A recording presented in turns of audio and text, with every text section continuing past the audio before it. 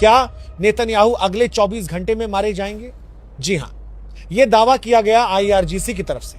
संदेश बिल्कुल साफ, खामनेई के साथ जो हुआ उसका जवाब मिलेगा और उससे भी बड़ा मिलेगा। अब जरा तस्वीर समझिए।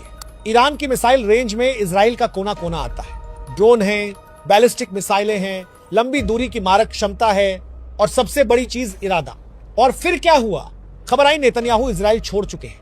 हां, जब आसमान में मिसाइलें घूम रही थी, जब सायरन लगातार बज रहे थे, जब आयरन डोम एक्टिव था, तभी प्रधानमंत्री का VVIP विमान उड़ान भरता है और सीधा जर्मनी के बर्लिन में जाकर उतरता है। मतलब जंग अपने देश में और कमान विदेश से। बताया जा रहा है कि वहीं से वो पूरे हालात की मॉनिटरिंग कर रहे हैं। कहां हमला हुआ, कहां जवाबी स्ट्राइक हुई, कहां अमेरिकी बेस पर वार हुआ। अब अमेरिका की तरफ बढ़ते हैं। कहते हैं व्हाइट हाउस सुरक्षित है। सही बात है, लेकिन सवाल यह है, अगर सब सुरक्षित है तो मूवमेंट क्यों? दावा ये Donald Trump Andrews military base में शिफ्ट हो गए। एक हाई सिक्योरिटी लोकेशन, पूरा सैन्य तंत्र, एंटी मिसाइल डिफेंस, भूमिगत सुरक्षा, यानी खतरे को हल्के में नहीं लिया जा रहा। अब सुनिए असली झटका। कतर, मिडिल ईस्ट में अमेरिका का सबसे बड़ा और अहम सैन्य अड्डा, वहीं लगा था $1 बिलियन का early warning radar system. Range 5000 kilometre, मतलब आधा मिडिल ईस्ट उसकी निगरानी में है। लेकिन दावा ये, एक ड्रोन आता है, सीधे उस रडार डोम से टकराता है और पूरा सिस्टम ध्वस्त। अगर ये सच है तो ये सिर्फ एक मशीन का गिरना नहीं, ये रणनीतिक अंधेरा है, क्योंकि वही सिस्टम सबसे पहले खतरे का अलर्ट देता था। अब तस्वीर देखिए इजराइल की। यरूशलम, तेल अवीव, रमात गन, सफद, नेकवा, हर तरफ धुआं, हर तरफ आग, हर तरफ मलबा। आयरन डोम एक्टिव था, सायरन बजे, मिसाइलें रोकी गई, लेकिन कुछ मिसाइलें अपनी मंजिल तक पहुंची। वीडियो सामने आए, इमारतें गिरती हुई, सड़कें टूटी हुई, लोग भागते हुए।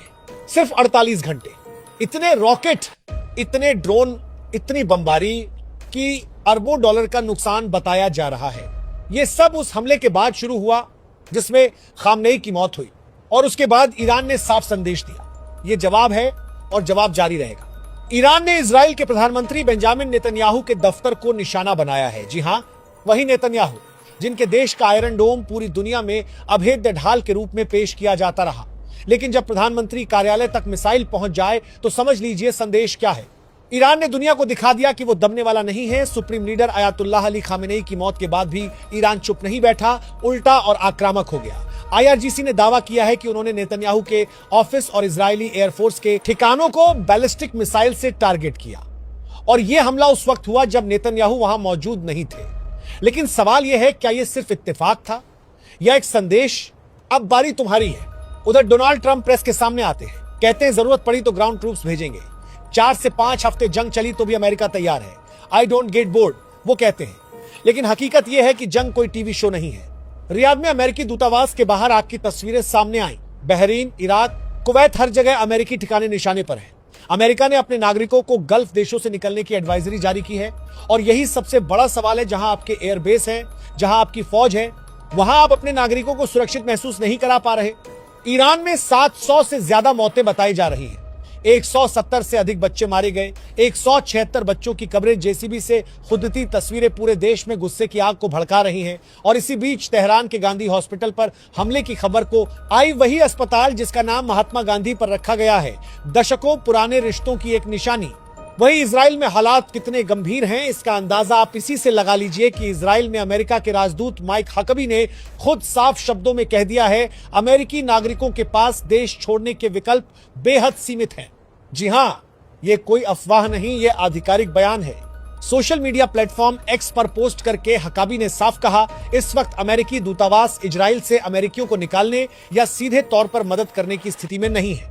सोचिए, हालात कितने बिगड़ चुके हैं कि दुनिया की सबसे बड़ी ताकत कहे जाने वाला देश अपने ही नागरिकों को तुरंत बाहर नहीं निकाल पा रहा। अब सलाह क्या दी गई है?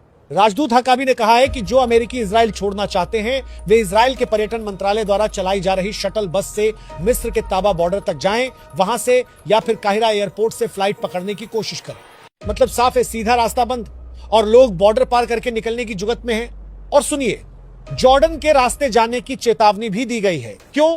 क्योंकि वहां से उड़ानें अनियमित हैं, भरोसेमंद नहीं है। इजराइल में सायरन बज रहे हैं, एयर डिफेंस सिस्टम सक्रिय है और इसी बीच अमेरिका अपने नागरिकों से कह रहा है अपने इंतजाम खुद कीजिए, रास्ते ढूंढिए, लेकिन सावधानी से निकल जाइए। यह स्थिति सामान्य नहीं है। यह उस बड़े भू राजनीतिक तूफान का संकेत है जो पूरे मिडिल ईस्ट को अपनी चपेट में ले सकता है।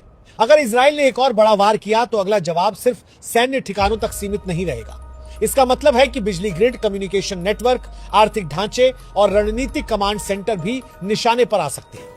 इधर इजराइल की स्थिति भी आसान नहीं है। आयरन डोम, एरो और बाकी सभी एयर डिफेंस सिस्टम पूरी ताकत से सक्रिय हैं, लेकिन लगातार 48 से 72 घंटे तक ड्रोन और रॉकेट की बौछार किसी भी सिस्टम की परीक्षा ले लेती है।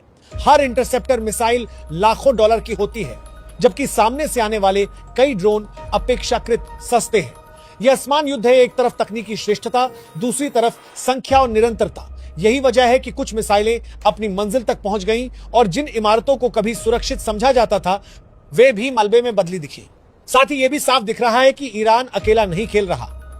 लेबनान से हिजबुल्लाह की हलचल, गाजा से रॉकेट, इराक और सीरिया में सक्रिय मिलिशिया समूह और यमन से हुती हमले, ये सब एक बड़े समन्वय का संकेत देते हैं। इजराइल चारों तरफ से दबाव में है।